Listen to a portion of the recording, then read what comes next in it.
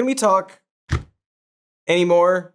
I hope so. I'm at a desk after all. I've got the suit on, kind of. No pronouns, unless you like that, in which case they're whatever ones you like the most. In fact, let's make me a real authority. All right. Hi. Can we even talk? Is that even possible anymore?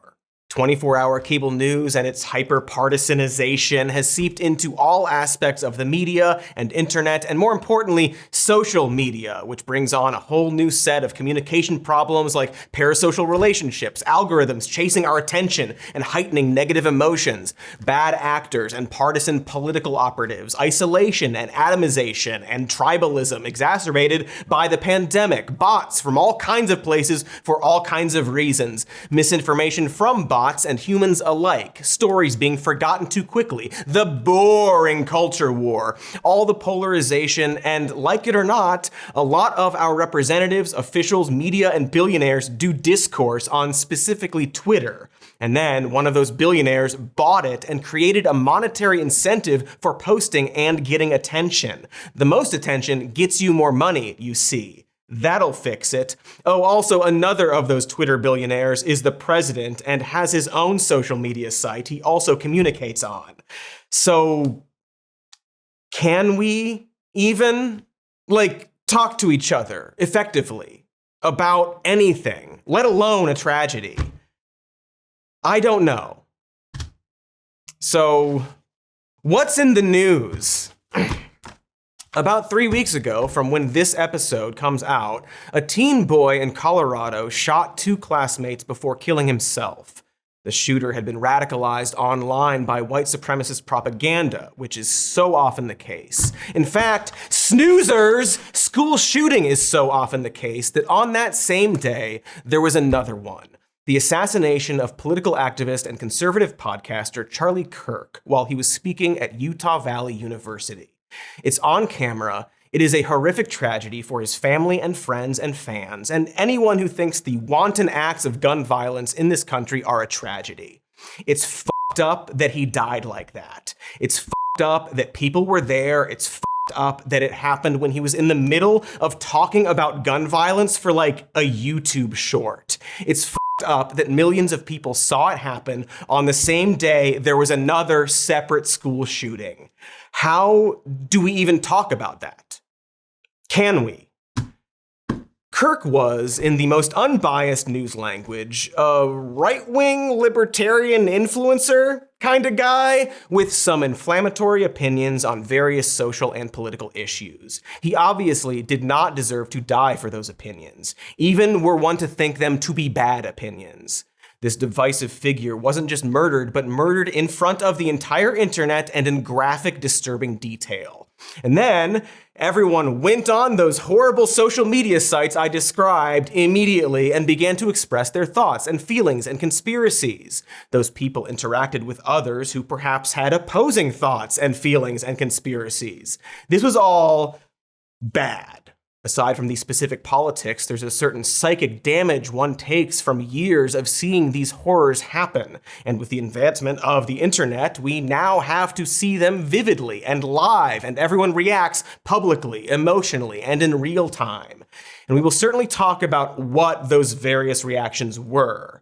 But first, although we here at Cody's Shody don't usually focus much on alleged shooters after tragedies for various reasons, we do need to a little bit talk about, for example, the bullets of Shoot Man in our news segment once. I'm sorry, I don't know why it's written this way. Who shot the guy with the, what's up with those bullets that the one guy shot the other guy with, and also how come?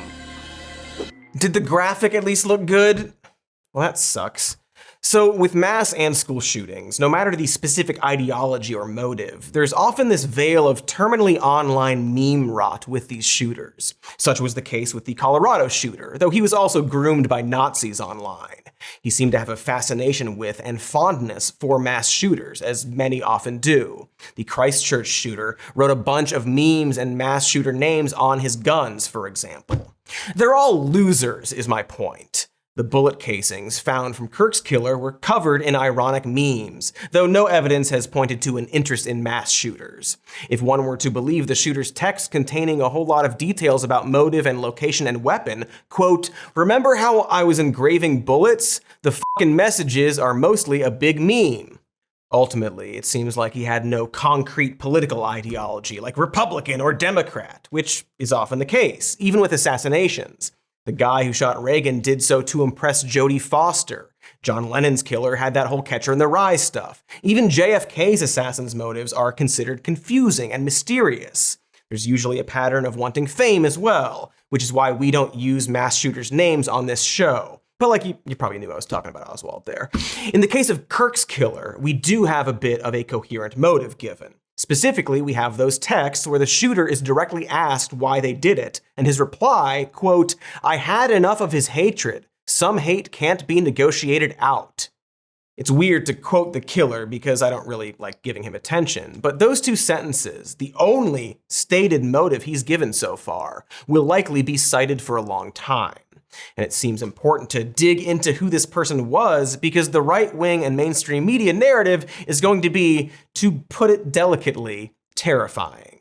What all the signs point to, at least according to the texts and Discord conversations that have been released, is that he was a generally apolitical gamer kid who grew up with conservative parents. He identified his dad as being a MAGA dude, but didn't seem to personally regard Trump's election win with any disdain, at least not on the Discord server he frequented. According to his mother, he had recently become more pro-gay and trans rights oriented. Family members also noted he'd become more political as well. Allegedly, he was in a romantic relationship with his roommate, a trans woman, which his family allegedly didn't know about. But we're still not certain about that detail for several reasons, and the killer hasn't been very cooperative. Not to speculate, but here, let's do it! It's easy to paint a picture of an apolitical and very online person who grew up around conservatives, felt very pent up, maybe unaccepted or attacked or suppressed for who he was, and then those frustrations manifested in a very violent, horrible way. I'm not framing that as an accusation toward anyone except the shooter, the fucking idiot. Also, people are complicated. Nobody is just one thing. But after events like these, people tend to oversimplify it. And ultimately, for those first few days, everyone simply chose what they wanted the shooter to be. If there's a shooting at a synagogue, it is very likely to be either a white supremacist or a radical Muslim. If it is a shooting of a Republican politician, it is very likely to be a trans Antifa Marxist shooter. That is just not true. We don't know what this kid is. Thanks, Ben. I really needed that. So if it is the shooting of a Republican politician, it is very likely to be a trans Antifa Marxist shooter. That's a direct quote from this shooting expert. And I'd really like to know what he's basing that on. Was Reagan shot by a trans Antifa Marxist? Or hey, remember when someone took a shot at Trump? Boy, this country's I completely forgot about that. It turns out that shooter was actually closer to being conservative.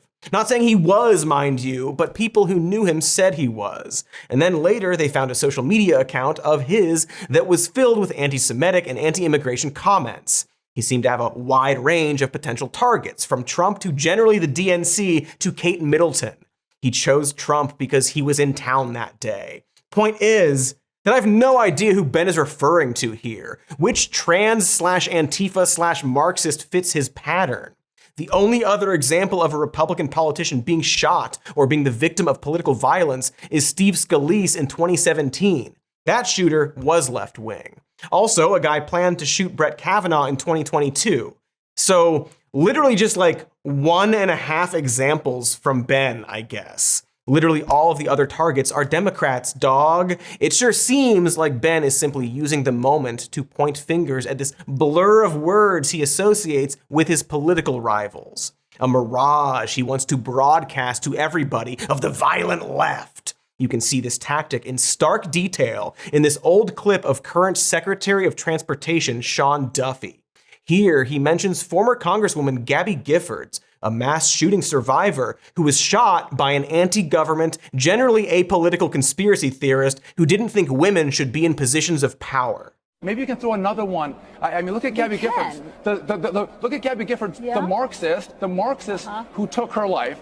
a leftist guy. Victim not dead, shooter not a Marxist. Get used to that. It's lies. It's propaganda. Like what a propagandist or liar might do. More on that later. But first, here's something I need to get out. Something extremely important. Everything I just said about Ben or Duffs is quite similar to stuff I've almost certainly said about Charlie Kirk in the past. We've done videos calling him a liar and a propagandist and almost definitely a racist, as we have for a lot of these right-wing pundits seemingly in his circle. And the reason we've done that has always been so that you, the person watching, can see and show specifically how these people are incredibly unserious, and to change your or someone else's mind about them. And yes, sometimes we'll use the word fascist. Vice podcaster JD Vance wants to know why, though.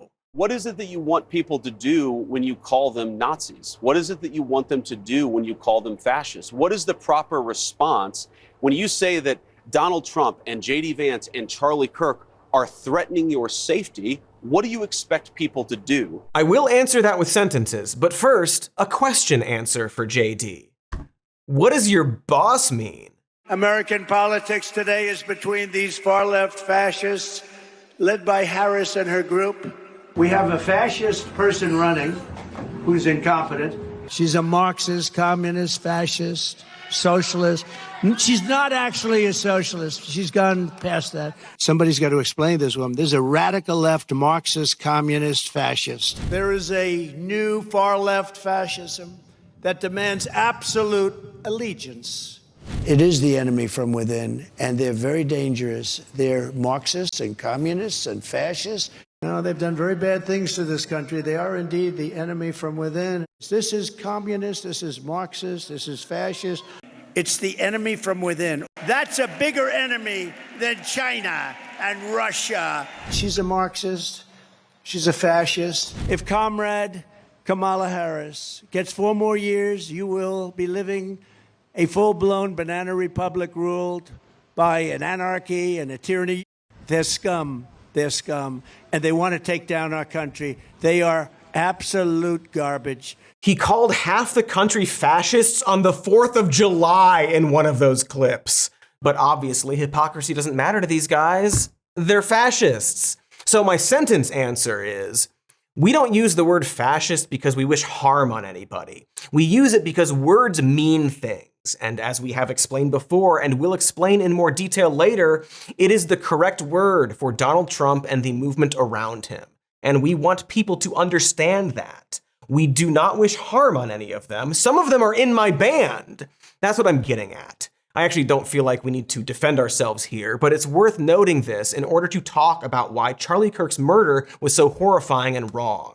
I don't think he did politics the right way or whatever the hell, but the correct response to someone using hate speech or spouting propaganda is to either walk away from that person, call them a dipshit, make fun of them, or demand accountability for what they are saying. Proper accountability, not a death sentence.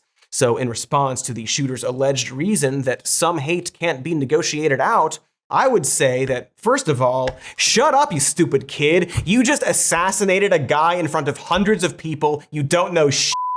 But even if you feel that way about someone, murder still isn't the answer. Forgive my language, but it's literally overkill. Because yes, I also suspect that these people have no intention of actually changing their minds, no matter how much they act like it, because they're not there for conversation. But the real goal here is to change the minds of the people listening to them. That's the whole reason we cover them on this show. And boy, you know what won't change other people's minds? Killing their favorite guy. Also, murder is wrong and stuff. It is bad to think that what happened was good or should happen. And as anyone using the word fascist thoughtfully would know, fascists love to use any pretext of violence against them as an excuse to crack down on their opposition and tighten their grip. Again, more on that later. But in fact, another reason we on the show criticize people like Kirk is because we believe their opinions are antithetical to our beliefs that everyone deserves to live happily and with dignity. That has always included the people we dislike. You can't believe that and kill someone for their opinion. Charlie Kirk was a human with a wife and kids and people who loved him. Everyone except maybe Donald Trump has the potential to change and grow and evolve and give to the world. even Kirk. But this shooter has denied him that opportunity. Predetermined that Kirk could never evolve or grow as a person and be like, whoops, my bad. And nobody should be allowed to needlessly take that away, to tear such a deep, dark hole in so many lives. Again, I feel like our audience probably knows this already, but it's worth saying, especially before we get into the reality of who Charlie Kirk was, or rather, who Charlie Kirk was to some of the public. As I said before, nobody's just one thing, except for Carrot Top. He's just that one thing. But with Kirk, we saw that the internet actually had two very different versions of him. I think it's important to describe them both. And to start with conservatives, Kirk has been portrayed as a good man who valued free speech and debate, who was killed for those beliefs. And there are videos out there showing little moments of this version of him. Here's one. Who's your favorite live-action Batman? Favorite live-action Batman? Yeah, I'm stuck between Keaton and Bale. Oh, Bale. Yeah, me too, Bale. We agree. That's where we are on different planets. And that's okay. I'm not trying to make fun of you. I'm trying to be graceful in the way that we're going about this. I can see your point. I can see that men do have more testosterone. Oh, okay, that's what I'm saying. Hello, Charlie. So what's your name? None of your business, unfortunately. Nice to meet you, none of your business. Thank you, I appreciate it. Now, obviously, that's just these quick clips of him out of context. Here's a little more nuanced one of him asking a queer student about that word. Queer. I totally agree. Can I ask a dumb question? Yeah. When I grew up, calling someone queer was like a slur. Can you tell me what that means? I mean that sincerely. And how is it different than just saying you're lesbian or bisexual or gay? So it can be different for everyone because gender, sexuality, it's a spectrum just like anything else. And for me personally, I like everyone. No, but what does queer mean though? Queer, it's just a label. What does the label mean? It's different for everyone. Okay. Yeah. No, I know, but that doesn't. I hear people going, "Oh my God." No, I just want I want a definition. I mean, I'm not trying to put you as a trap though. I mean this because when I grew up, if I called somebody queer, I would get in trouble. Just give me like a working definition. The video keeps going and seems to be Kirk asking in good faith to define that word and how the definition progressed. It honestly gets a little frustrating as it goes because the person answering it doesn't seem sure of their definition, perhaps a symptom of only debating college students. And I can't speak for the queer community, even though they gave me that cool plaque, but I think the word queer is a catch-all term for the spectrum of the LGBTQ community, kind of reclaiming the word from the days when Charlie would, by his own admission, use it to bully queer people. As I keep saying, nobody is just one thing. And that's why we have broader terms like that. But anyway, there are a bunch of clips like this of Kirk engaging with people or sharing jokes, people thanking him for helping them in some way, or finding Jesus or whatever. It's all subjective because, again, nobody is just one thing. So ultimately, all I can really do is show a clip of Charlie Kirk expressing an opinion that I, personally, agree with him about. Revenge of the Sith is the best Star Wars movie of all time. Yeah! Yeah! You think that's the best Star Wars movie? I'm gonna die on this hill. The original Star Wars is way better than anything. So I'm sorry, I'm gonna die on this hill. I think that you just like the prequels because of the nostalgia. I like the nostalgia. Also, the acting is better. The story is better. It's firmer. The first ever Star Wars, considering when it was made, you want to talk about the most advanced CGI, the fact that they had those kind of graphics back in, like, I think it was 1978 it came out? 77? Well, you guys really know your stuff. Did that college kid just call the original Star Wars movies the prequels? That! Get him, Chuck! Tell that kid how wrong he is! So, Charlie Kirk was a Star Wars fan. Father, husband, probably a nice guy if he was speaking to you, at least in a public setting. He didn't deserve to die. And his murder was sudden and shocking and very public. And for his fans and friends, it was extremely upsetting. And it's good to feel empathy toward those people and what they are going through. And we certainly would expect the media to handle this with care. But we don't need to pretend that he was just this nice guy who simply wanted to talk to people. He also has a legacy of propaganda and bigotry that he devoted his career to, all the way to his death, when he was shot while in the middle of implying that trans people were responsible for a disproportionate number of mass shootings, before also implying that high mass shooting numbers are due to gang violence. His last words were in response to someone asking him how many trans shooters there were in America, Charlie responding, too many, and then the guy he was talking to pointing out that there's only been 5. In reality, that number might actually be lower. He then asks Kirk if he knows how many mass shootings have happened in America in the last 10 years. Charlie responds, counting or not counting gang violence, and is then killed.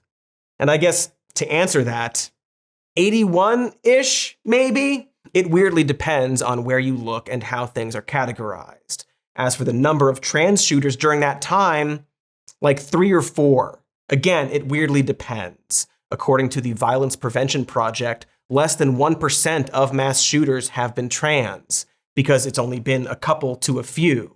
This is all to say that, in his final moments, Charlie Kirk was in the middle of lying. He was in the middle of trying to exaggerate the severity and frequency of trans shooters and downplay gun violence while throwing in a racist dog whistle about gang violence, and then was shot by a gun. And you can't look away from that fact. You can't ignore it. It's an important part of his life. Charlie Kirk did not deserve to die. I'm sorry that he did. But you can't ignore that he spent his entire public life advocating for beliefs and politicians designed to harm or even kill other people. When history looks back on him, that will likely be his legacy, along with being cynically used as a political martyr by a pack of fascist jackals. And that's sad. He didn't have more time to be like, oh, whoops, sorry about that stuff I said, and that all these people around me are kind of evil. He could have put such better things into the world, but he chose to say stuff like this instead. If we would have said that Joy Reid and Michelle Obama and Sheila Jackson Lee and Ketanji Brown Jackson were affirmative action picks, we would have been called the racist. But now they're coming out and they're saying it for us. They're coming out and they're saying, I'm only here because of affirmative action. Yeah, we know. You do not have the brain processing power to otherwise be taken really seriously. You had to go steal a white person's slot to go be taken somewhat seriously. Now, you can pretend that Kirk was only talking about those specific women and not all black women, but the implication is clear. It's why he says he gets nervous when there are black pilots. In fact, one could say that his point over and over has been that he doesn't trust black people to be in positions of power. Perhaps related to being a conservative high school student and fan of Glenn Beck and Rush Limbaugh right when Barack Obama became president, but who knows? The point is, claiming he said black women don't have the brain processing power to be taken seriously is slightly paraphrasing, but the meaning remains, regardless of what Kirk's friend and the vice president might say. The writer accuses Charlie of saying, and I quote, black women do not have brain processing power to be taken seriously. But if you go and watch the clip, the very clip she links to, you realize he never said anything like that. He never uttered those words. Well, he did say something like that, JD. He did say most of those words. Instead of saying all black women, he simply talked about several prominent black women for some reason. Black women who happen to be given more opportunity that they were historically denied, which are the exact kind of compensatory measures supported by Kirk's nemesis, I guess, Martin Luther King Jr. Additionally, J.D. Vance himself was a DEI hire, so maybe he doesn't have the brain processing power to correctly interpret words, or he's a liar. A liar lying to spread a racist lie about DEI programs. We're getting off track. Kirk did say racist things, is what we're pointing out. Not only racist things, but he did. A bunch of slimy white supremacist stuff couched in mild civility and plausible deniability. That's why people are calling him these things. We're not going to play all the clips. They take too long to unpack and explain. But Kirk has absolutely said that he thought the Civil Rights Act was a mistake, I guess because he believed it is being abused and fuels anti-white racism. You can claim he's a moderate, but he himself called that view radical and not in a pizza turtle way. His general demeanor in these clips is callous and trolly and racist. He showed very little empathy during his career to the point that he said empathy is fake and bad and useless, also saying that gun deaths are worth the price of the Second Amendment and calling for the public execution of the president and making light of and spreading conspiracies about violence against his political opposition. Why is the Republican Party, why is the conservative movement to blame for gay schizophrenic nudists that are hemp jewelry makers breaking into somebody's home, or maybe not breaking into somebody's home. Why are we to blame for that exactly? And why is he still in jail? Why has he not been bailed out? By the way, if some amazing patriot out there in San Francisco or the Bay Area wants to really be a midterm hero, someone should go and bail this guy out. I bet his bail's like $30,000 or $40,000. This was the side of Charlie Kirk a lot of people saw, not just on the left. Yes, a lot of conservatives and Christians appreciated his conservative activism and Christian advocacy. But he wasn't actually popular, or even as well known as people think or have implied. As of this past spring, nearly half of people under 30 had never even heard of him. According to a poll from days after his killing, only 24% of adults under 30 had a somewhat or very favorable view of him. Apparently on campus, he was well known, but 70% of college students disagreed with his views. His actual fans were much older, with 43% of 65 and up having favorable views of him. He's a boomer guy. It makes sense. He's paid for by a bunch of wealthy conservative boomers, for maybe a little bit of a racist boomer to watch, who thinks this about Martin Luther King Jr. But I can say declaratively, this guy is not worthy of a national holiday. He is not worthy of godlike status. In fact, I think it's really harmful. See, that's not a very popular position, actually. The fact that he so seemingly despised MLK for both his message and who he was makes the MLK comparisons that much more disgusting. But the point is, he was a dime store shock jock with a weird amount of political importance and involvement. A 17-year-old Glenn Beck fan who came of age while being a part of the world of partisan political punditry. Really cared about the deficit too, apparently, but I'm sure Trump and the GOP will get right on that any day now. Kirk could be cruel and racist, and he ran a propaganda machine designed specifically to benefit the rich people who funded it. And that wasn't a secret.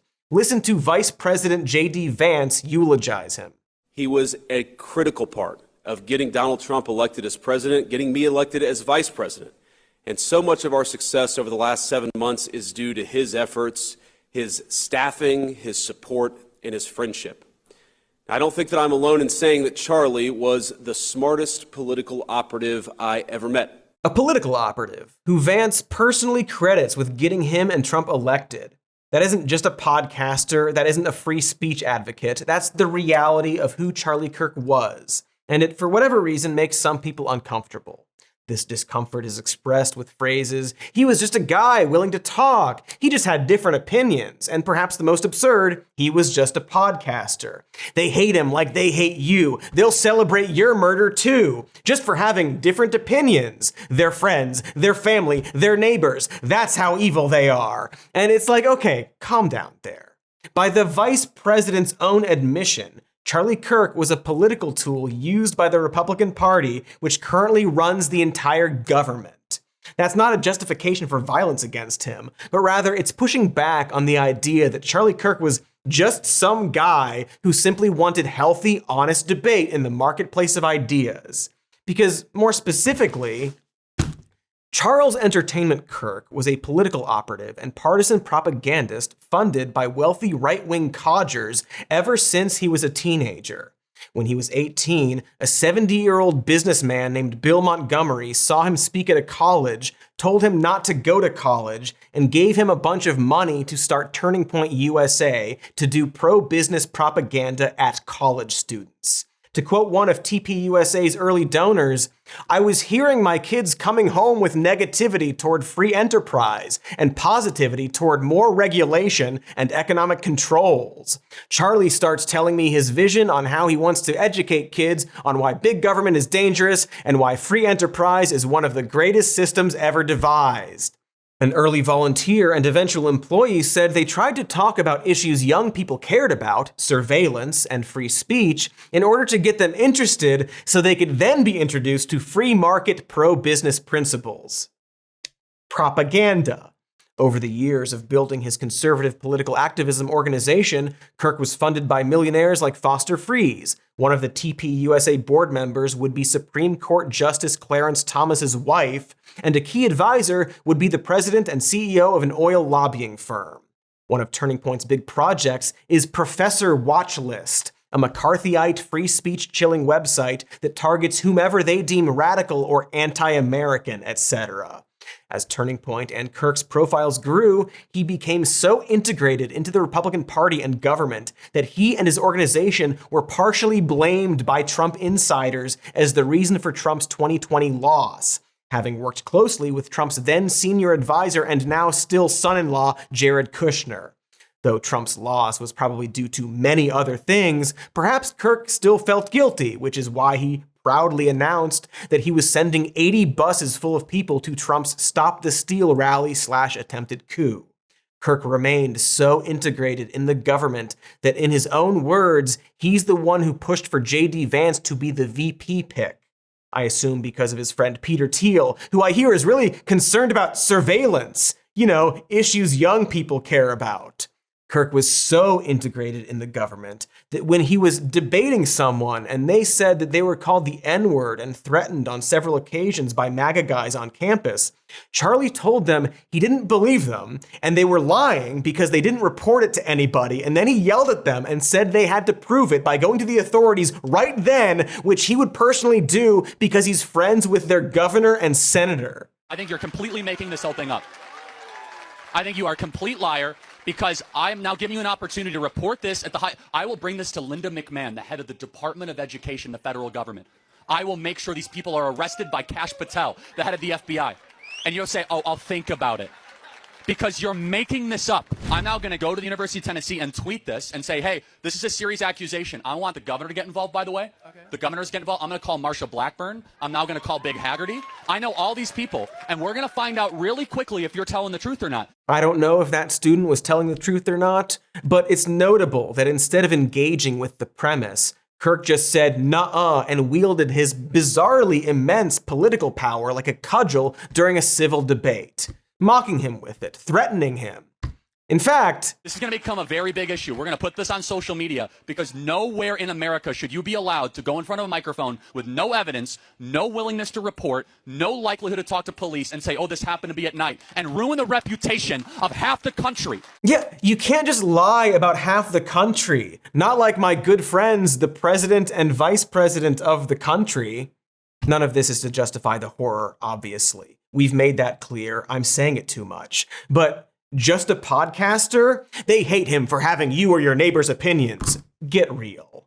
He went around college campuses with the goal of indoctrination into one specific political philosophy and party, not to actually have a debate, but to get dunk clips to post on social media, a practice that amplifies the most extreme rhetoric in order to get attention. It's not good faith, it's not conversation, it's live propaganda to get a clip.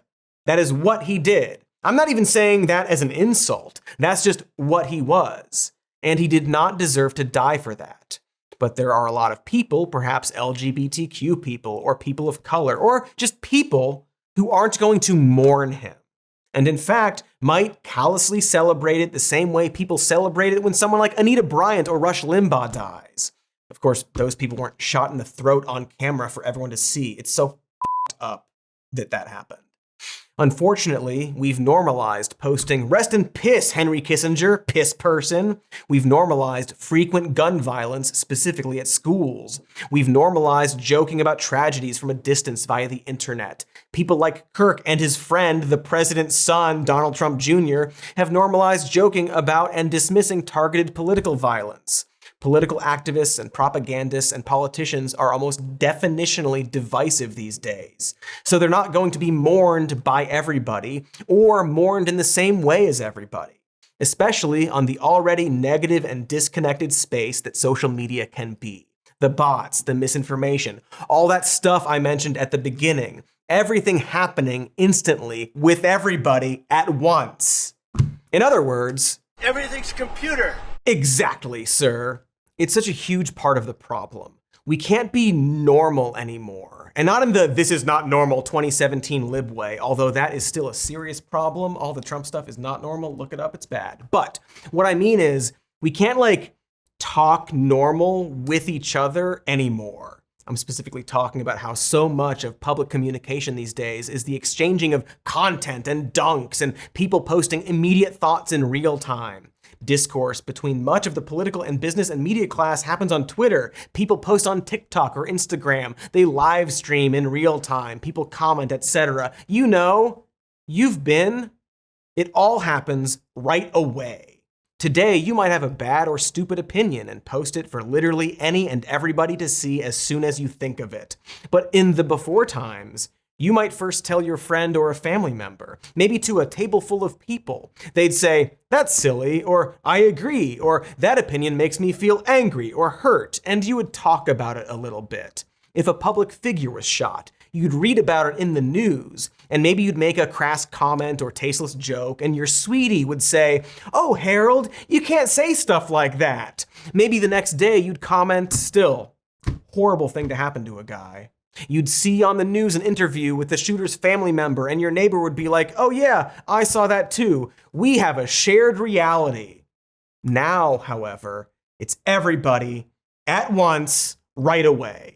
A disturbingly normalized but horrific thing happened to a divisive figure, and it was caught on camera and ostensibly live streamed. And then social media happened, with all its negative effects and bad actors and disconnection and heightened emotions and harmful incentives at once, at each other, past each other, callously. It's just a screen after all. Nobody can be normal anymore. We can't talk normally on the platforms that incentivize attention, sensationalism, misinformation, and negativity. And in this case, it's the assassination of someone who was born of our warped political and internet culture and who helped shape it. Everyone who was aware of him or engaged in politics the way he did had a parasocial relationship with him, whether it be negative or positive.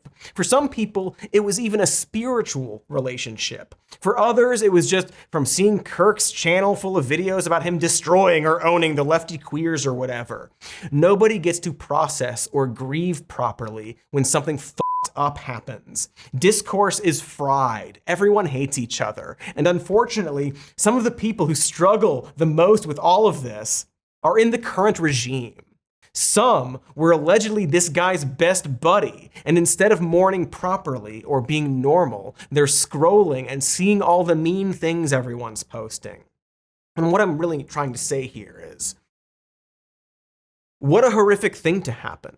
If you knew or liked or even loved Charlie, you have my sympathy. And even if you don't want it, my empathy.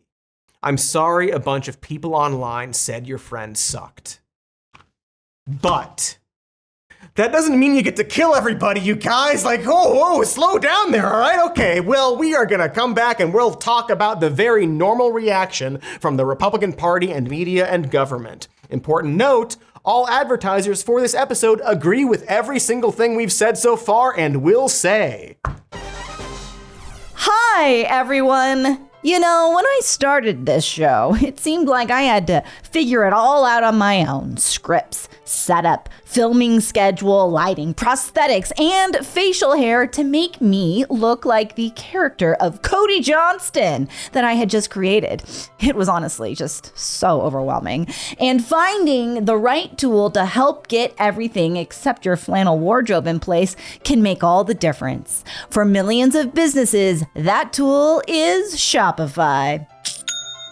Shopify is the commerce platform behind millions of businesses around the world and 10% of all e-commerce in the US. From household names like Mattel to small, scrappy businesses like Some More News, which I came up with and continue to manage all on my own while appearing on camera as multiple characters.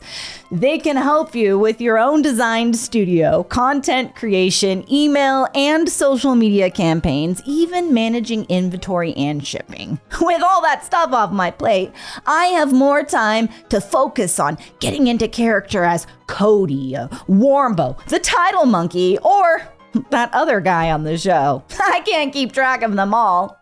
So turn your big business idea into with Shopify on your side. Sign up for your $1 per month trial and start selling today at shopify.com/more news. Go to shopify.com/more news.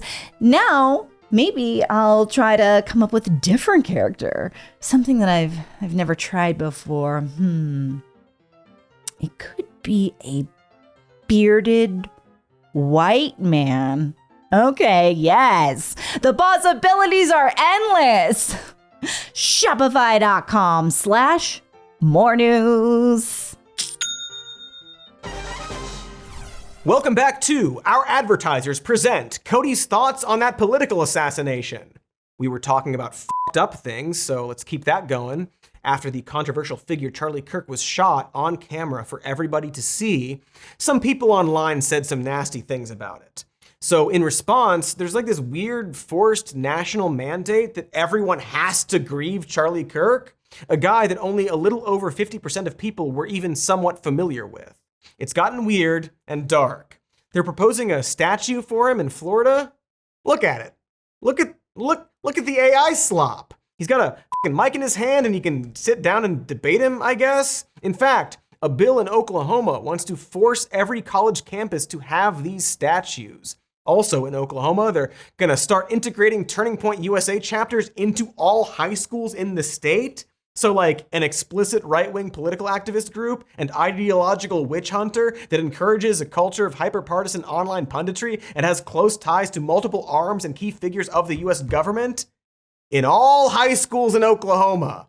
Why not just play PragerU videos too? Oh, they do that too, specifically in Oklahoma? Weird, okay. But the NFL, you see, the NFL, they must pay tribute or else. A Washington Post columnist was fired for simply posting Charlie Kirk's own words. And according to the letter she received, it was actually because she did anti-white discrimination against him. What? You are apparently not allowed to just say objectively who Charlie Kirk was. Heck, you can't even mention that fascism exists, I guess, as the uber online freaks will accuse you of actually talking about Charlie Kirk. Bethesda posted a game screenshot mentioning fascists from their Indiana Jones game, and this quartering guy assumes it refers to Kirk, which is telling. Meanwhile, he and all the right-wing blue-check slop accounts are saying they're radicalized, and Charlie was the moderate, so prepare for something worse, and the left calling them Nazis is a self-fulfilling prophecy. So, is it okay to use the word fascist then, now? What else is that quartering guy up to, by the way? Oh, well, here's the attention you wanted, I guess. Am I allowed to call you racist yet? Good Lord. They are doxing people. Randos online are harassing any business that doesn't fly their flag half-mast. They've gone far beyond looking for people saying mean things, but rather anyone not treating this like a national tragedy. In a way, it is. We're a tragic, violent country. But in this case, the tragedy has to be about Kirk the great man specifically. Most people would compare this to cancel culture. It's fun to throw that back at conservatives, but it's not that. Do not make the mistake of comparing it to that. Aside from the fact that accusations of hypocrisy don't work on them because they're fascists, this is not cancel culture, which is already barely a thing. It's a government-sanctioned purge. So when you see someone celebrating Charlie's murder, call them out. And hell, call their employer. That's the vice president co-guest hosting his Martyrs podcast with his other fascist propagandists, one of whom claimed to be attacked by a literal demon, telling everybody in the nation, and if we're including people like Ian Miles Chong, the world, that cancel culture is real and good, and everybody should do it about this one thing. This one thing about my friend, who was pretty controversial and not actually popular, and who incidentally was well integrated into and supportive of my administration. So it's time to do the thing that our president calls totalitarianism. One of their political weapons is cancel culture, driving people from their jobs, shaming dissenters, and demanding total submission from anyone who disagrees. This is the very definition of totalitarianism. Great try, sir. Things are so abnormal that in the wake of Kirk's death, a bunch of people, including veteran political operatives, got together to make a doxing and harassment website called Charlie's Murderers. This is not to be confused with a doxing app that has since leaked its users' data. Charlie's murderers claim to expose Charlie's murderers, like the employees or students who are supporting political violence online and celebrating Charlie's murder. I'm going to read to you the very first example they had at the top of their website.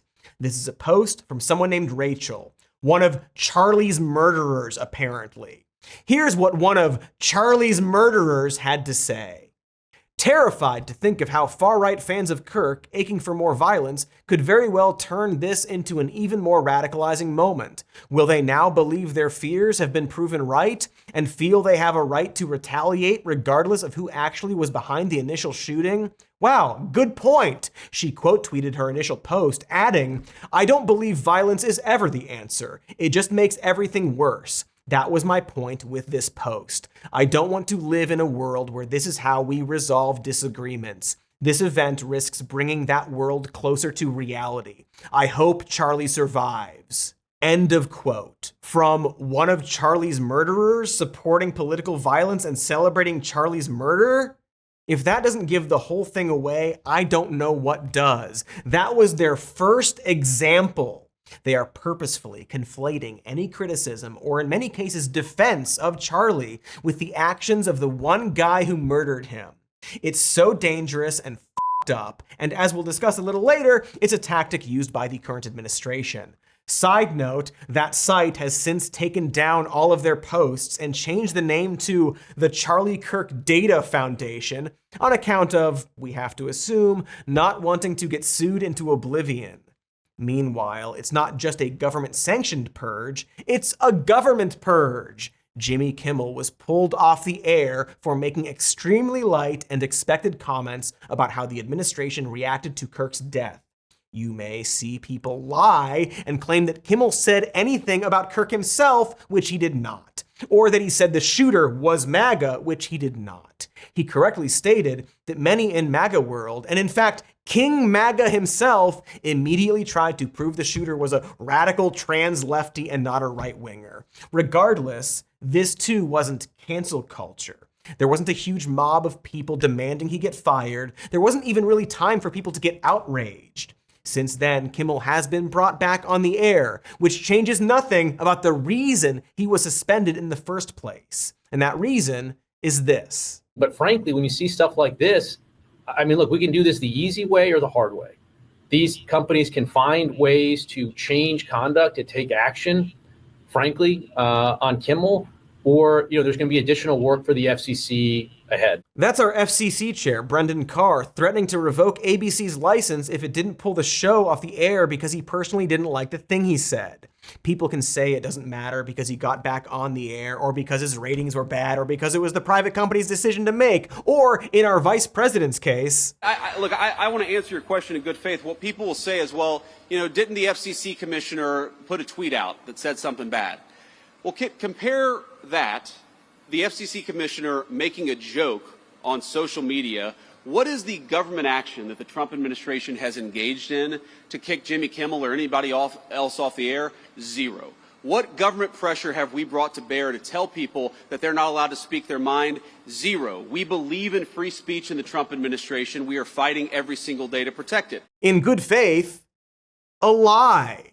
I just showed the clip. It wasn't a joke or a post. It was him seriously saying it out loud on camera. Also, in response to ABC putting Kimmel back on TV, the president posted, "Okay, well, in that case, I'll just sue you." There is now a, dare I say, witch hunt against any teachers or public servants, pilots, or just any employee who didn't pass this test. Some of it is legal, some is not. And sure, if someone says something that upsets a lot of people, I can see those people getting worked up and calling for them to lose their job. It happens. But we're seeing the vice president flat out encourage people to go out and hunt for anyone making light of this event. Or, in some cases, to simply report the reality of who Charlie Kirk was.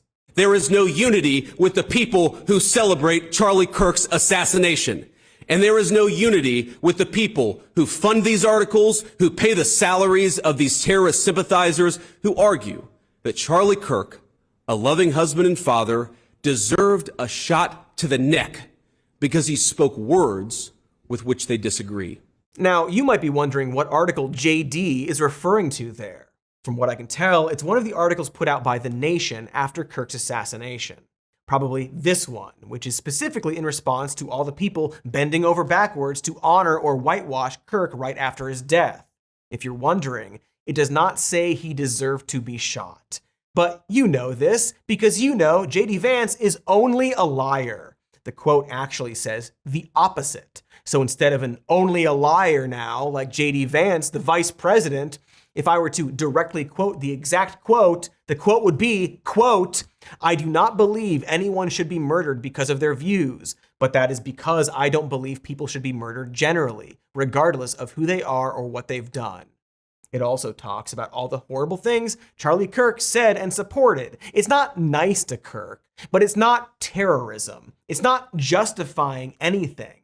It's saying he wasn't perfect or harmless. The article is just the writer reminding people of stuff Kirk said. This is why we've gone beyond cancel culture here, because here's the next thing JD Vance says. Did you know that the George Soros Open Society Foundation and the Ford Foundation, the groups who funded that disgusting article justifying Charlie's death, do you know they benefit from generous tax treatment? They are literally subsidized by you and me, the American taxpayer. And how do they reward us? By setting fire to the house built by the American family over 250 years. Ah, yeah, Soros. Of course. It was the guy you already hated all along. When I say that this goes beyond cancel culture and that this is a government purge, it's because there was a right-wing effort to immediately use Kirk's death as a reason to justify any actions against their opponents, even though there's currently still zero evidence the shooter was associated with some kind of Antifa terror network or Act Blue assassination web or any left-wing group. But the president and his toady, Stephen Miller, are still going to go after whatever they define as a left-wing group. For so many pundits and politicians, many I assumed were like friends with Kirk who should probably be taking time to mourn him, there was instead an immediate call for war. A holy war, really. A desperate attempt to make the shooter trans from the moment the news of his death spread, aided by the mainstream press. The Wall Street Journal reported falsely that there was transgender ideology on the bullet casings, which turned out to just be meme shit. Bad job. Steven Crowder was scooping this as well, because of course he was. Jimmy Kimmel was right, you see. And after this, it really didn't matter who the shooter was, or how nuanced his background was. It didn't matter that he grew up around guns, or was white, or had MAGA parents, or was in Mormon country. He will be defined by one detail: that he allegedly had a relationship with an allegedly trans person. Because they really want to justify the bad shit they are doing and will do to specifically transgender people. So this one person being in a relationship with a trans person is all they need. This shit ends, and like enough is enough. And now I have to deal with real safety concerns. It sounds like the shooter was a tranny or pro-tranny, and just because I want to protect women, that I'm worried about getting murdered? Are you fucking kidding me? It's out of control, and enough is enough. Jesus fucking Christ. That's Nancy Mace, an elected official. Is she gonna lose her job or nah? This is the horror that's unfolding before our eyes. Politicians and pundits who hate trans people grasping at any excuse to fuel and accelerate that hate. They were already doing this before Kirk was shot, but it became incredibly blatant in the immediate aftermath.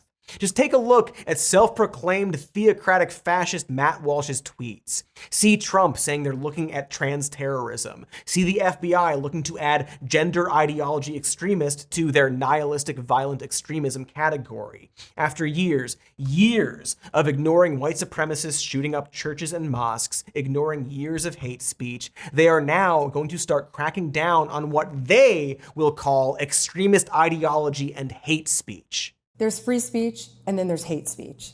And there is no place, especially now, especially after what happened to Charlie, in our society. We will absolutely target you, go after you, if you are targeting anyone with hate speech, anything, and that's across the aisle. So firstly, hate speech is protected by the First Amendment. We can discuss how to address hate speech and private companies can do blah, blah, blah, blah, blah, but it is protected from the government by the First Amendment. I'm almost certain that when Pam says this, anything, and that's across the aisle. She's lying, right? Across the aisle. Pam, can I call you Pam? Are you going to investigate hate speech like saying we should just kill homeless people? What about the Nazis on Elon Musk's Nazi website? What about Elon Musk's little gesture that he did twice? Or all the other stuff he's said over the years? Or how about a United States representative using a goddamn slur multiple times in and out of Congress? Did anyone show Pam that video of Nancy Mace? What about, I don't know, everything that was said during Trump's Madison Square Garden rally last year? How about when the former president accused immigrants of eating cats and dogs in order to specifically incite hate against them? They're eating the dogs, the people that came in. They're eating the cats. They're eating the pets of the people that live there. It sure is hate speech. I mean, we all know how many examples I could be giving here. We'll put some up on screen for now, but of course, there are many examples of Republicans or conservative pundits or the president calling individuals or groups or political parties terrorists or satanic or fascist or etc. In fact, we already showed you earlier, so real quick, let's show you this. The left calls Trump a hate monger. They have called me a hate monger because I ridicule the left. I ridicule protesters. I ridicule academia, Hollywood, the news media. I make fun of The View every day. I make fun of the UN. Guess what? No one acts on the things that I say because my side doesn't do that. We say people are stupid, we say people are wrong, but we don't say they're evil. That is your game. Followed by this. It was placed there by your clan, your evil clan.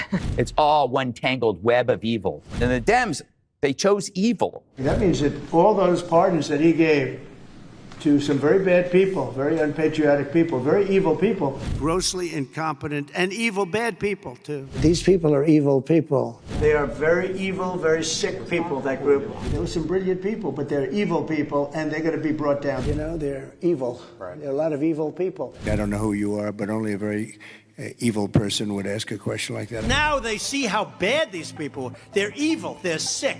They're evil people in many ways, but they stick together. Somewhat evil, and in some cases, very evil people. He's either evil or stupid, and either is really not acceptable. Oops. Stephen Miller, who we'll have an entire episode about next week, actually, like and subscribe, is whine screaming about the violent rhetoric from the left that calls Trump and him fascist and all that. Well, let's see what Miller has to say about the Democratic Party. It is an entity devoted exclusively to the defense of hardened criminals, gangbangers, and illegal alien killers and terrorists. The Democrat Party is not a political party. It is a domestic extremist organization. Double oops! These people suck and are liars. In fact, since we're living in an absurd parody of tragedy, let's hear the president be as literal as possible. He did not hate his opponents. He wanted the best for them. That's where I disagreed with Charlie. I hate my opponent, and I don't want the best for them. I'm sorry. I am sorry, Erica. Hate speech, or like a really great joke for the memorial or whatever. Demonizing their opponents, normalizing hate against them. And so ultimately, what they will actually be doing is targeting speech they decide is hate speech or bad speech. Trump has already called too much negative coverage of him illegal, so that, and they'll go after, lefty stuff that hurts their feelings. We know that because they are specifically saying they will target liberal groups. That's actually what they want. Trump is trying to designate Antifa a terrorist group, despite that being a broad ideology and not an organized group, not to mention there being no legal way to label a domestic group as terrorists. In other words, the same way he decided that suspected drug smugglers were terrorists, he's doing the same with this. And this is very important to think about. How has he been using the terrorism label so far? We did a whole episode about ICE and how they have been detaining and jailing anyone who even, no joke, appears in photos with suspected gang members, who he now labels as terrorists. He has bombed at least 3, maybe 4 boats that were suspected of smuggling drugs, a war crime. What do you think is the line he won't cross? It's 0 lines, right? And I was talking to Secretary Hegseth, and you know what he said? He said, you know what, Mr. Vice President, we don't see any of these drug boats coming into our country. They've completely stopped. And I said, I know why. I would stop too. Hell, I wouldn't go fishing right now in that area of the world. Okay, so the line is apparently not joke about all the innocent fishermen we probably blew up. Cool, truly civil. The civility of joking about violence they are themselves committing. Of course, it's okay because the fishermen aren't personal friends with J.D. Vance. He and they are willing to go as far as people let them. I can't stress this enough. They 100% do not give a shit about Charlie Kirk. I mean, this guy definitely doesn't care. How are you holding up over the last 3.5 days? I think very good. And by the way, right there, you see all the trucks. They've just started construction of the new ballroom for the White House, which is something they've been trying to get, as you know, for about 150 years. And it's going to be a beauty. It'll be absolutely magnificent. I'm sure a lot of his friends and family are mourning him.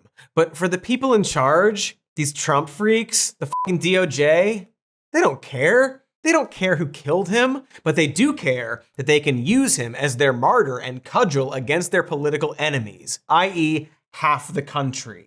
Everybody has to praise Charlie Kirk or they're fired, see? Meanwhile, the president is saying, it's a time of healing, it's a time of whatever, and using Charlie's memorial to brag about tariffs and say he hates his opponents. Did he do his tight 5 about toilet water pressure? They don't care why. They simply see this as an opportunity to do the bad shit they already wanted to do. But the last message that Charlie Kirk gave to me before he joined his creator in heaven was he said that we have to dismantle and take on the radical left organizations in this country that are fomenting violence. That was the last message that he sent me. Oh, how touching. It's like how my grandma told me on her deathbed that I get to stay up all night playing video games. I have to stress this. They do not care about Charlie. If they could, they wouldn't bring him back. They like this because it allows them to accelerate the plan they already had. It's just like what happened with Kimmel. They suspended him because of the FCC chair's threats after Kimmel's Charlie Kirk comments. The FCC chair publicly responded to a tweet about how this was all a part of Project 2025, with confirmation because the FCC chair literally wrote the FCC section of Project 2025. They've got their plans and their enemies, and they're going to do it no matter what. Now, they just have an extra tool in their box. Anything to conflate their targets with one guy who did a murder. You may have noticed that much of the right wing has been using a specific pronoun lately. Normally, they would fear the pronoun, but here, it's useful. And that pronoun is they. I'm sure you've seen the tweets, the statements, all of it. Claims that you shot Charlie. They did this. From public figures, from elected officials, from random right-wing blue checks. It's part of the tactic. Literally, they'll say, leftists shot Charlie and then made fun of him for it. Excuse me, kind citizen, but that's actually different people. Here's a freak saying David Pakman did it. Here's a freak saying the worst mistake the left has ever made was assassinating Charlie Kirk. They didn't do that, freak. It's all over the place from randos and politicians. Here's Elon saying they killed Charlie. Here's the vice president last year saying they tried to kill Donald Trump. No, they didn't, JD. One guy did. A mostly Republican guy, in fact. It's absurd and it's deeply insidious. But they need to say it in order to do the thing they already planned on doing. And the media, being complete cowards, are probably going to usher it in. They certainly helped by demonizing the pro-Palestine protests as being pro-terrorist and anti-Semitic hate protests. And while I suppose we appreciate journalists like Jake Tapper going out and defending Jimothy Kimmel for his comments, it's weird that many of them are saying it's the biggest threat to free speech they've ever seen. I mean, I thought it was pretty much the most direct infringement by the government on free speech that I've seen in my lifetime. Yeah. You have Maybe he could Google Mahmoud Khalil? Check out some of that. They're gonna revoke passports of people who say mean things about Charlie. He fired hundreds of journalists at Voice for America. Hi, Jake. This all just kind of feels like something very familiar. Specifically, like that part in Disney's Zombies where Bucky, the head of the cheerleading squad, hacks Zed's Z-band, forcing him to have a violent outburst at the football game so they can justify their anti-zombie movement and Bucky can purge any zombie sympathizers from the cheer squad. Also the Reichstag fire. It's like Disney's Zombies or the Reichstag fire. I feel like most people know what this is, but just in case, there was a lime soda explosion that caused a zombie outbreak. Fine! I won't talk about Disney's Zombies. The Reichstag fire was the inciting incident to Hitler's rise. The German parliament was lit on fire by a former construction worker accused of being tied to the Communist Party. This event allowed Germany's president, who was also Hitler's buddy, to invoke Article 48, which in turn abolished the freedom of speech and assembly in Germany. This also is how they could go after journalists. In other words, a group of people used a single event to throw up their hands and say, well, that's it, democracy is canceled, because those people secretly just wanted to do that anyway. Also, it's still up for debate if that construction worker was the true cause of the fire, or if it was an inside job to justify these actions. It kind of doesn't matter. I mean, this matters right now, but ultimately, they just needed something. Much like how they just need something right now. If Trump hurts his back sneezing, that might trigger martial law. I'm not the only one comparing this to the Reichstag fire. At least one actual fucking white supremacist did as well. But in the way where they were like excited, they get to do the Hitler stuff now. The president's advisor and friend to the administration, I guess, Laura Loomer, made it very clear as well. This is the opportunity to crush the left. She even tagged Stephen Miller, who she correctly asserts understands the assignment, because Stephen Miller is straight up just a fascist. It's why he says and does the things he says and does, and it's why his speech at Kirk's memorial was so similar to two specific Nazi speeches. One of them being at the funeral of Hort Wessel, a Nazi who was murdered and became a martyr and propaganda symbol for the Nazis. And so I guess it's as good as any time to stare directly into the abyss and talk about what this all adds up to. Look at the larger and darker picture here before hopefully coming out the other side of it. Like a colonoscopy. This is our colonoscopy in that we don't really want to do this, but at least we're on drugs for it. Well, at least we will be on drugs. It's time for more ads is my point. Enjoy the colon. Maybe I am on drugs. This September, or in the September that just ended, depending on when you're watching or listening, CBS hits are streaming free on Pluto TV. And if it's not September anymore, I don't know, who cares? They're probably still there, I bet. On Pluto TV, you can watch full seasons of the CBS shows you love, from the courtroom drama of Matlock to the heroics of Fire Country, from the genre-bending underwater thrills of Operation Pufferfish to the heartwarming holiday product placements of Christmas with the Triscuits.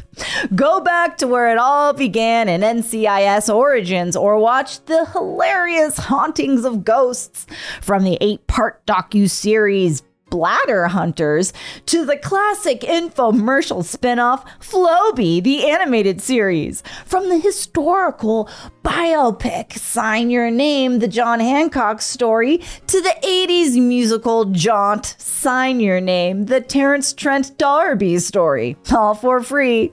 Full seasons of the CBS shows you love, this month only, maybe, on Pluto TV. Stream now, pay never. Welcome back. We were sad or angry or something, and now we're talking about something hopefully happy finally. Political violence. Well, maybe we'll get happy eventually. So most Americans don't support political violence. However, younger and more left-leaning people are starting to turn on that, specifically in relation to our leaders. And I want to talk about what led us to that and why more people might feel like there's no other option. The goal here is to de-escalate, to prevent violence. But in order to actually do that, we We have to be honest about who has instigated it and not let them off the hook for that. There's a reason why accountability is so important, because without consequences, people begin to feel like they are losing their minds. When a group of people simply ignores the law and does whatever they want, including pardoning violent actors because they personally agree with their politics or because they benefit them or flatter their ego, well, then it feels like all bets are off. That's not extreme to say, it's literally the plot of Batman Begins. We all recognize this. If you call them or their administration authoritarian, they say you're a terrorist and inciting violence. What do you say to that? When can you use the word authoritarian? And to be completely blunt in a way that's borderline pissy, well, they fucking started it. Or rather, Donald Trump started it. Sorry, I know we should be working to bridge the divide, but that's how we do it. In order to actually de-escalate a situation, the people responsible for causing it need to face actual consequences. That's why Disney's Zombies didn't work, because Bucky literally tried to incite a mass murder and then got away with that. You can't heal a country while simultaneously ignoring and enabling the people hurting it. And Trump has absolutely zero interest in uniting this country. He has shown that loud and clear. How do we fix this country? How do we come back together? I'll tell you something that's going to get me in trouble, but I couldn't care less. The radicals on the right oftentimes are radical because they don't want to see crime. They don't want to see crime. Worried about the border. They're saying, we don't want these people coming in. We don't want you burning our shopping centers. We don't want you shooting our people in the middle of the street. The radicals on the left are the problem, and they're vicious, and they're horrible, and they're politically savvy. He was asked directly how to unite the country, and immediately turned it into the same partisan slop he always does, except more terrifying. He is now excusing radical right-wing actions by saying that their concerns are good, and in fact amplifying their reasons. He is implying there that when a right-wing radical, say, shoots up a black church, like the Charleston church shooter, or when a right-wing radical shoots up 2 mosques because of the Great Replacement, well, they did it for the correct reasons. His and Stephen Miller's and Elon Musk's reasons. The Charleston church shooter's motivation stems specifically from reading propaganda around the Trayvon Martin killing and then Googling black on white crime. Now, let's play that Trump clip one more time. The radicals on the right oftentimes are radical because they don't want to see crime. They don't want to see crime. Again, he's saying that in order to excuse radical right-wing actions, and then saying that it's actually the left we have to worry about. I know he's not specifically citing the Charleston church shooter, and like Kash Patel apparently, probably doesn't even know who he is at this point, but he is broadly excusing him and people like him. I'm sure people can argue in a way like the very fine people stuff, so I'm gonna just lay this out. America elected its first black president in 2008, and the GOP went completely out of their minds. Obama said something about Trayvon Martin, and then there was no looking back. They still bring that specific thing up. It was devastating to them somehow. And the moment Trump announced his candidacy, you can see, with your eyes, that right-wing violence skyrocketed. We've pointed this out so many times and will again, that political violence has been overwhelmingly from the far right. To directly quote a report from the Justice Department, quote, "The number of far-right attacks continues to outpace all other types of terrorism and domestic violent extremism. Since 1990, far-right extremists have committed far more ideologically motivated homicides than far-left or radical Islamist extremists, including 227 events that took more than 520 lives. In this same period, far-left extremists committed 42 ideologically motivated attacks that took 78 lives." That's from an archived version, because that report was removed by the DOJ mere days after Kirk was shot. JD Vance keeps lying over and over about how left-wing violence is the more severe and only problem, but it's just not true. They know this, we know this, everyone knows this, Grok knows this, but actually it's time to once again let the almost trillionaire force it to say what he wants. In this case, more lies. Trump lost the election and his supporters broke into the Capitol, chanting that they were going to hang the vice president. Then he pardoned those people, and many went on to do other crimes. It's embarrassing and sickening to watch Trump and all these pundits try to act like, oh, actually, it's the left and trans who do all the violence. To see the New York Post act like there's some epidemic of trans shooters. To see right-wing pundits sweatily try to clutch their pearls as if they would never do or encourage violence. Just 3 months ago, 2 Democratic lawmakers were shot in their homes. One of them died along with her husband and dog. That shooter was a pro-life Republican. 3 months ago. Trump didn't order flags half-mast then. Trump barely seems to know who they were. Do you think it would have been fitting to lower the flags to half-staff when Melissa Hortman, the Minnesota House Speaker, was gunned down by an assassin as well? I'm not familiar. The Minnesota House Speaker, a Democrat, who was assassinated this summer. Well, if the governor had asked me to do that, I would have done that. But the governor of Minnesota didn't ask me. I wouldn't have thought of that, but I would have if somebody had asked me. Man, get f***ed. See, there's this weird sudden shock from both right-wing and some liberals after Kirk's death, where people seem to be asking, how did it get this bad? As if this happened overnight. Here's Ben Shapiro, our favorite guy, voicing this concern in a very human way. On a personal level, obviously, I have 24/7 security. I've had 24/7 security for a decade. I've spoken at a lot of college campuses. I never, honest to God, thought that we were going to get to this point. Even the assassination of political figures is not the same thing as just being shot in the throat for the crime of debating issues in the public square. And I thought wrong. I thought that that's not what America is or what it should be about. And we've come to someplace incredibly dark in our nation's history. And I weep for the country. I weep for Charlie. It's horrific. I'm sorry, Ben. I am. I'm sorry that you never thought we'd get to this point. I don't know if you would ever watch this show. Like and subscribe. You're never at band practice anyway. But if you see this, I'm sorry. I'm sorry about your friend Charlie. But I also have to tell you a fact, which might not care about what you're feeling right now. When you say, I never thought we'd get to this point, and we've come to someplace incredibly dark, I need to point out that we've been at this point for nearly a goddamn decade.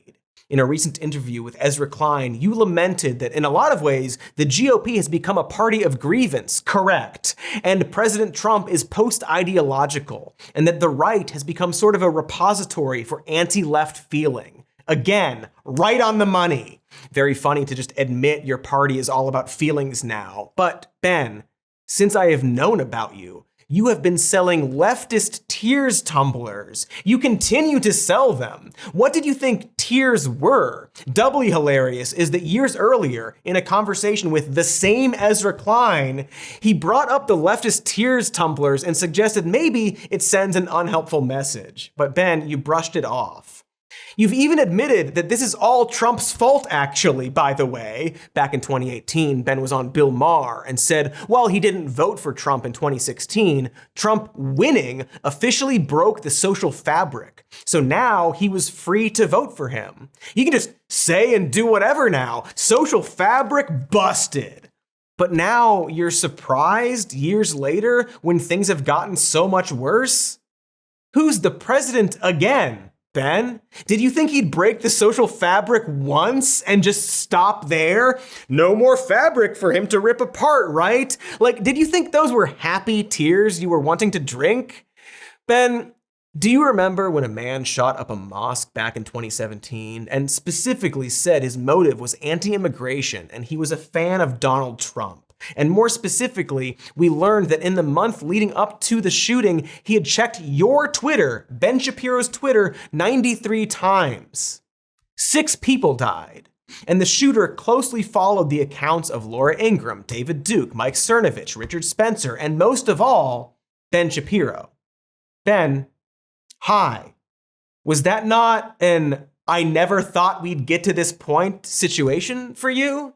Did that not ping you that perhaps something was very wrong with political violence in this and other countries? a problem with our discourse and the social fabric. And perhaps your rhetoric was causing some violence. I'm not even saying it is your fault, but did you not reflect at all about the fact that you had been openly lying about Muslim violence, making an entire video about it, and then one of your followers shot up a mosque? There's plenty of violent material in the Old and New Testaments. Hey, I'm an Orthodox Jew. I read the Old Testament a lot. But believers in those particular texts are not currently ramming airliners into towers or beheading journalists or mutilating female genitalia. You made a video, Ben, listing the Muslim populations of every country and then lying that the majority of them were radicalized, adding this. You scared yet? We're just getting started. Yeah, we were just getting started, weren't we, Ben? Do we want to look into how many mosque shootings have happened since then? How many hate crimes occurred? No, they aren't all on you, but you didn't even reflect on this one. You made a video where you claimed that the majority of Muslims in every country were violent, people's neighbors and friends, fellow citizens, and you said, "Are you scared yet?" And you ended that video with this. In other words, the myth of the tiny radical Muslim minority is just that. It's a myth. And, unfortunately, it's a myth that's going to get a lot of civilized people killed. The fucking audacity of Ben Shapiro to suddenly say, "I never thought we'd get to this point." Hey, Ben, and everyone else, I guess, do you remember the Christchurch shooting back in 2019? 51 people dead?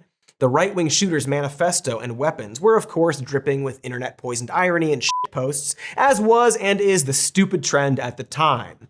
But the shooter also wrote the manifesto called The Great Replacement, a conspiracy theory about white replacement by non-white immigrants. When you drill down into it deep enough, it's usually explained as being concocted and perpetuated by the, you guessed it, Jews, in order to destabilize the West.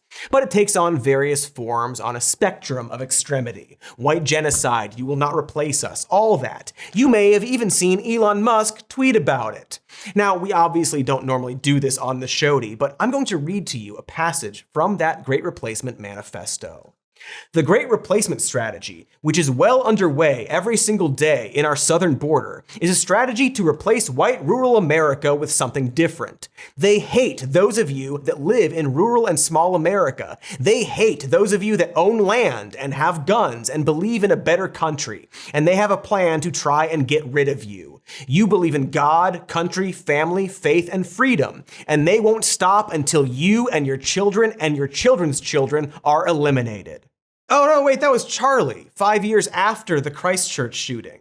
It's weirdly worse than with Ben, where his words may have had some impact on a shooter, maybe. Here, Charlie read the manifesto and was like, yeah. It's Trump talking about right-wing extremist violence and saying, okay, sure, but they're correct. How can we even talk about this stuff when our politicians and pundits completely hand-wave away their words and the actions connected to those words? Again, this might sound childish and pissy, but you first! What a lot of these people are actually saying is, I never thought this would happen to my group. It never occurred to them that the things they were saying had consequences. People have been dying for years now, and for a lot of them, it just never seemed real. Well, now it seems pretty fucking real, doesn't it? And if we want to actually de-escalate this, the first step is realizing how long it's been going on. And the truth, the very mean truth, is that while Charlie Kirk did not deserve to die, his death was the product of an increasingly volatile, partisan, and terminally online world that he helped create and foster, in large part in service of billionaires and the one man to unite them all, Donald Stupid Trump, the male cult leader of the MAGA movement, who Newt Gingrich once correctly identified as the most effective uprooter of liberalism in his lifetime. Illiberalism, one could say. A fascist. But we're not allowed to say that word, actually. Or the Nazi word, Nazi. You know, everyone you don't like is Hitler. It's like JD asked. What is it that you want people to do when you call them Nazis? What is it that you want them to do when you call them fascists? What is the proper response when you say that Donald Trump and JD Vance and Charlie Kirk are threatening your safety? What do you expect people to do? Another question answer for JD. Why don't you ask you? You're one of the few people who have actually called Trump Hitler. The other is RFK Jr. We at the Shody, notably, have not. But he is the cult leader of the modern American fascist movement. Vance saw this back in the day, he just decided to go along with it. Because all of what we've been talking about, Ben admitting they're just an anti-left party, using one horrific act to paint the entire left as the violent extremist that must be crushed, all the right-wing blue checks that JD Vance probably follows, saying, oh, you want to call us fascist? Well, I guess we are now. Trump being the incredibly effective uprooter of liberalism that he is, it's all swirling around this phenomenon that historian Robert Paxton described when trying to find an accurate definition of the word fascism.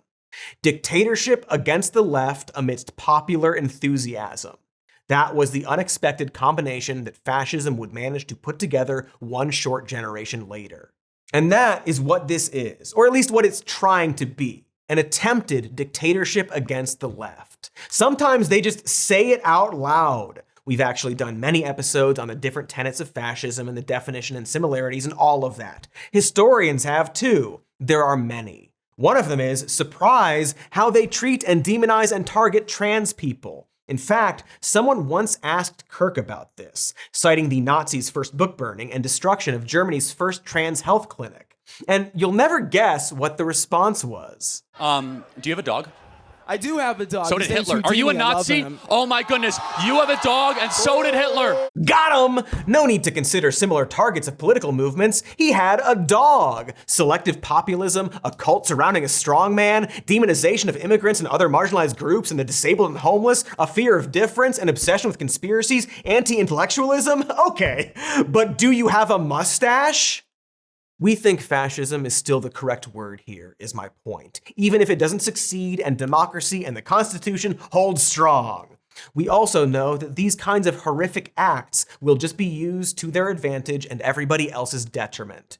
So we won't really spend any more time trying to prove to you it's fascism. Go read about it. Read what historians are saying about this moment. Here is what Paxton eventually landed on.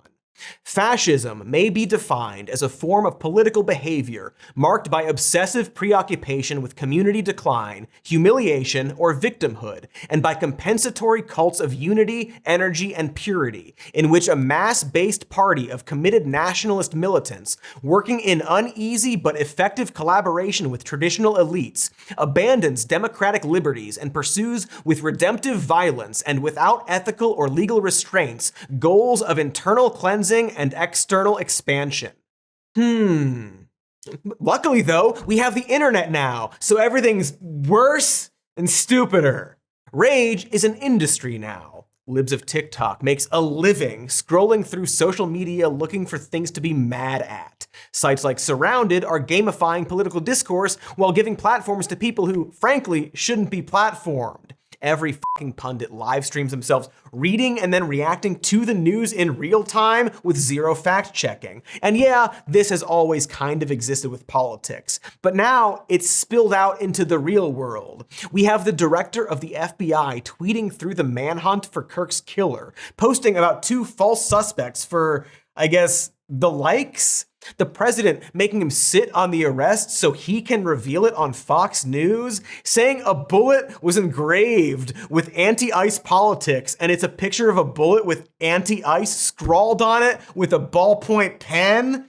Social media is, as we all know, the most toxic landscape for discourse. And now the President of the United States runs his own special social media site, competing with the world's richest man. The vice president guest hosts his Martyrs podcast. Our American Goebbels' wife starts a podcast. The president of the United States makes his official announcements via all caps rage posts on social media. We took the concept of a comments section, viral videos, social media posts, the most incendiary method of discourse, and have made it a key infrastructure in our government. What the f*** are we doing?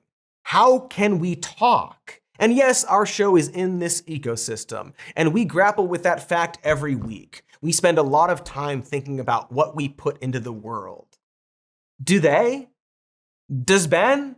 Can he and these other pundits take that hurt they are feeling right now and realize that they have caused it to others? And perhaps, in order to actually de-escalate and unify people, they need to atone and take responsibility for that. For supporting the broken social fabric guy.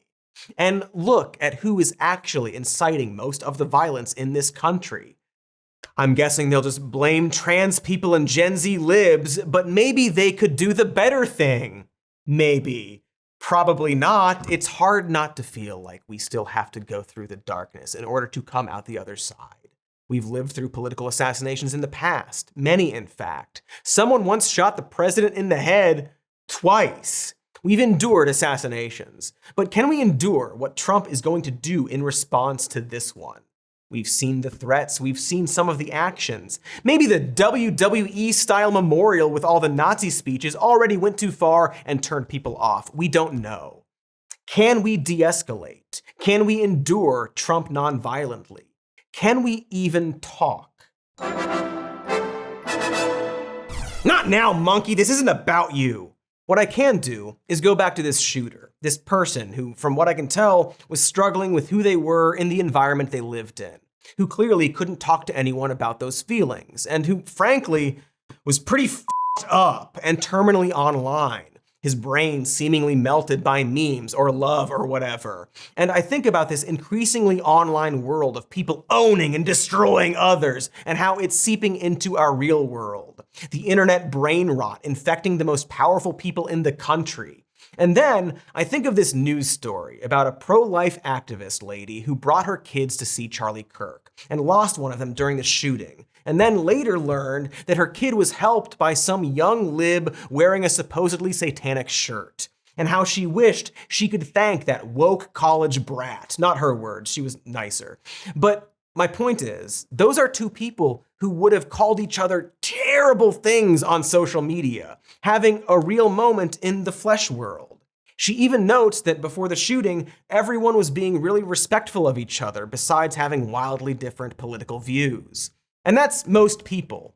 The internet, this torrent of escalating horrors. It's not most people. I'm not saying that the internet is inherently bad or causes violence, but rather that being terminally online, doom scrolling, trolling, whatever, it's a symptom of loneliness and a very easy way to spiral out of control. It's this murk, this nihilistic soup of rage that some people love to splash around in. And we can't let those people control the rest of the world. We're not a fucking chat room. We are people, neighbors, co-workers. And a lot of us are very terrified right now. We need to be kind even when talking to people we don't agree with. And if you are feeling hurt by this event, if you are hurt and scared about what happened to Charlie Kirk, you need to think about that hurt and project it on other events, other people. There's a word for this, but I guess I'm not allowed to say it. But think about that hurt when hearing about the next spree shooting, or the next family being rounded up by ICE, or the next politician who demonizes a broad group of people. These are real things that hurt real people seen through an imperfect lens. It would be so nice to not feel anything right now, but we just gotta. We are human beings with a soul, after all. Let's act like it. And most importantly, I'm back from Aruba! What did I miss? Oh my God, what are you doing here? What, you come back now? Now? I've been gone for months and you show up now? Warmbo, what do you do? Why would you, man, what was, Joe, get out of here. I was in the middle of the whole thing. What was I even talking about? Like I don't know. Oh my God, I forget what we were talking about. Was I talking about? Oh, I'm so sorry.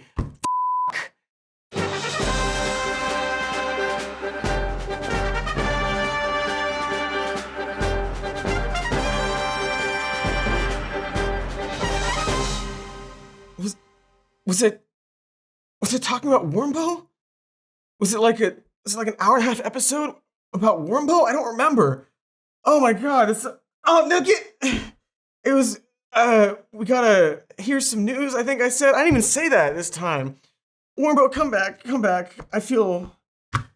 I missed you so much. Hey folks, thanks for watching. Like and subscribe, all the YouTube stuff. I don't really have much more to say. Just a quick 10 more minutes about, just kidding. We got a podcast called Even More News. Check it out on the channel. We do it twice a week. It's at the podcast store. We got a patreon.com/somemore-news. We got merch. Warmbo's on it. Warmbo's back. Yeah. And I think we've said enough.